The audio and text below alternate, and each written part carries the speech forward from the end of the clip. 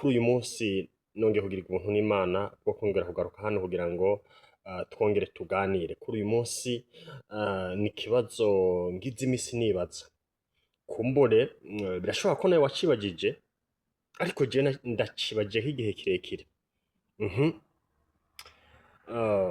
Ikibazo rero mfise gihagaze mu majambo y'Imana aboneka muri kiriya gitabo c'itanguriro, kiriya gice ca 22 igice ca 22 uhereye ku murongo wa mbere kugeza ku murongo w'icenda. Ariko washobora gusoma ugakomeza ukumva kugira ngo ubashe gutahura cane ibyo nshaka kuvugana nawe kuri uyu munsi wa none.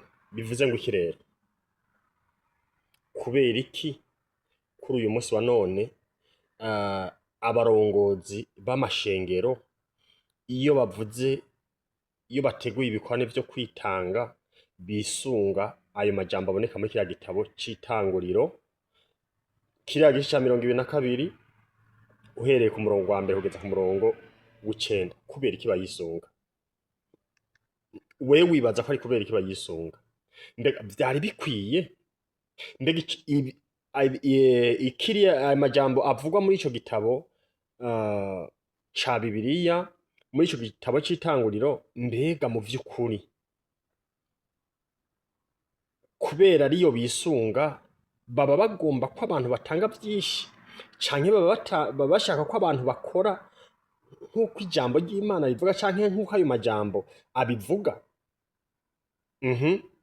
Reka muko tubandanya, nyemerera ubanze ugende ufyonde sabone, hama ukore no kubakengeri, hanyuma abo nabo telefone zabo ziri mu gifaransa, ariko abo ziri mu congereza baza gusanga handitseko subscribe, hama bakore kuri iryo jambo, hama bakore no kugakengeri canke akazogera, kugira ngo dushizeko video izahore ibashikira. N'ivyiyumviro vyanyu turabikeneye mu kwandika muri commentaire kugira ngo tubashe kubona ivyiyumviro vyanyu canke ibitekerezo vyanyu, navyo biri mu bidufasha kugira ngo dukomeze gukomera no kudushigikira mu kuduterera ivyiyumviro. Tubahaye kaze mw'izina rya Yesu. Murakoze cyane, murakaza neza rero kuri My Family Niyo Nkuru TV, n'amajambo y'Imana tugiye gusangirira hamwe aboneka muri kino gitabo c'itanguriro, nk'uko nabivuze kiriya gice ca 22 kuva ku murongo wa mbere ndaza kugeza ku murongo w'icenda. Mbega havuga ngo iki? Haravuga ngo hanyuma y'ivyo Imana igeza Aburahamu, iramuhamagara iti Aburahamu, aritaba ati sabwe. Iramubwira ati enda jana umwana wawe w'ikinege ukunda Isaka nyene, uje mu gihugu c'Imuriya, umutangireyo kw'ikimazi co koswa ku musozi nzokubarira. Ku musozi nzokubarira. Gatatu haravuga ngo Aburahamu azinduka kare mu gitondo, ashira amatandiko ku ndogoba ziwe, ajana na babiri bo mu mikangara yiwe na Isaka, umwana wiwe, na Isaka umwana wiwe. Nuko asatuje inkwi zo kosa ikimazi, ava hasi aja hantu Imana yamubariye. Kane haravuga ngo ku musozi abona aho hantu, ku musozi umusozi gira gatatu Aburahamu atuma amaso abona aho hantu hakiri kure. Gatanu mbe havuga ngo iki? Gatanu havuga ngo nuko Aburahamu abwira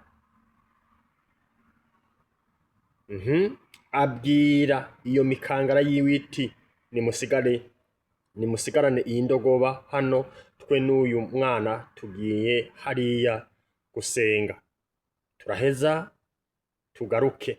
Aburahamu yabira za nkwi zo kosa ikimazi, azikorera Isaka umwana wiwe, nawe yitwarira umuriro n'imbugita, nuko bompi barajana.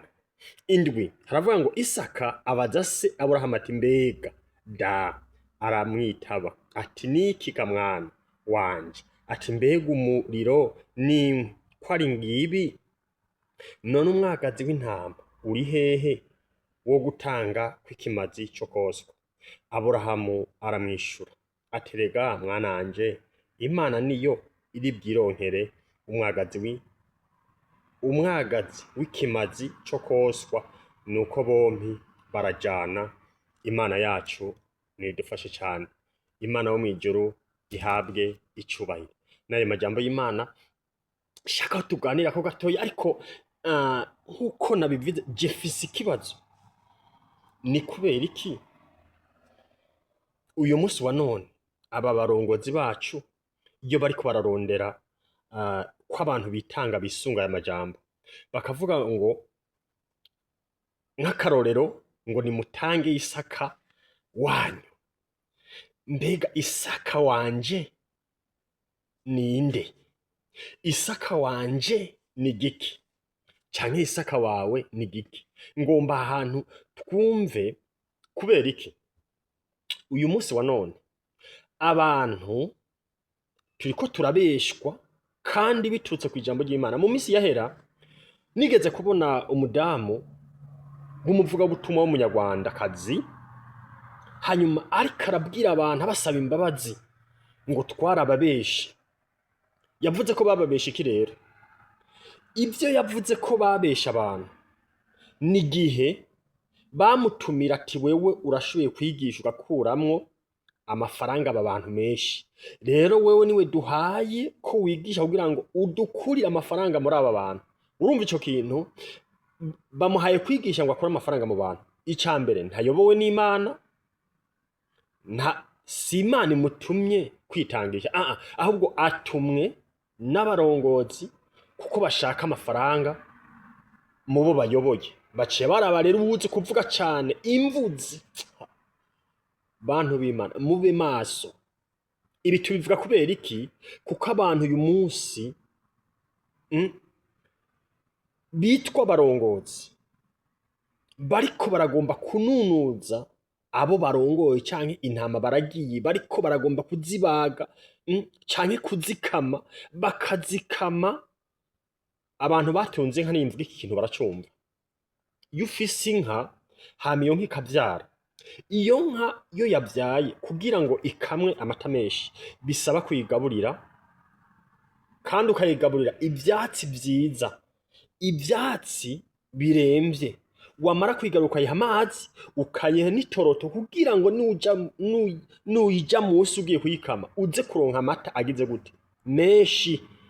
None aba barongozi bo bariko barashaka gukama nizo batagaburiye, nizo batahaye ivyuhiro canke itoroto.